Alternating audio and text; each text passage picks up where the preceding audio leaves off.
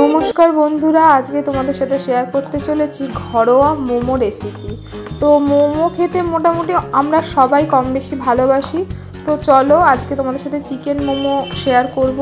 তো প্রথমে আমরা ময়দা দিয়ে ছোট ছোট লেচি কেটে নেব, নিয়ে তার মধ্যে আমি একটা চিকেনের পুর বানিয়েছিলাম। সেটাতে চিকেন সেদ্ধ, লবণ, কাঁচা পেঁয়াজ, গোলমরিচের গুঁড়ো, যদি কেউ লঙ্কা খেতে চাও কাঁচা লঙ্কা দিতে পারো, দিয়ে একটা মিক্সচার বানানো আছে।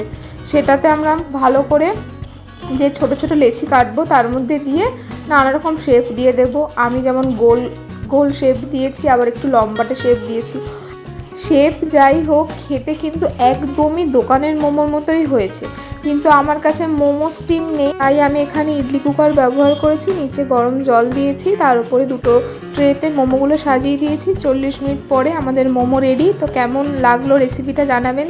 সাবস্ক্রাইব, লাইক ও শেয়ার করে পাশে থাকবেন। থ্যাংক ইউ ভিডিও দেখার জন্য।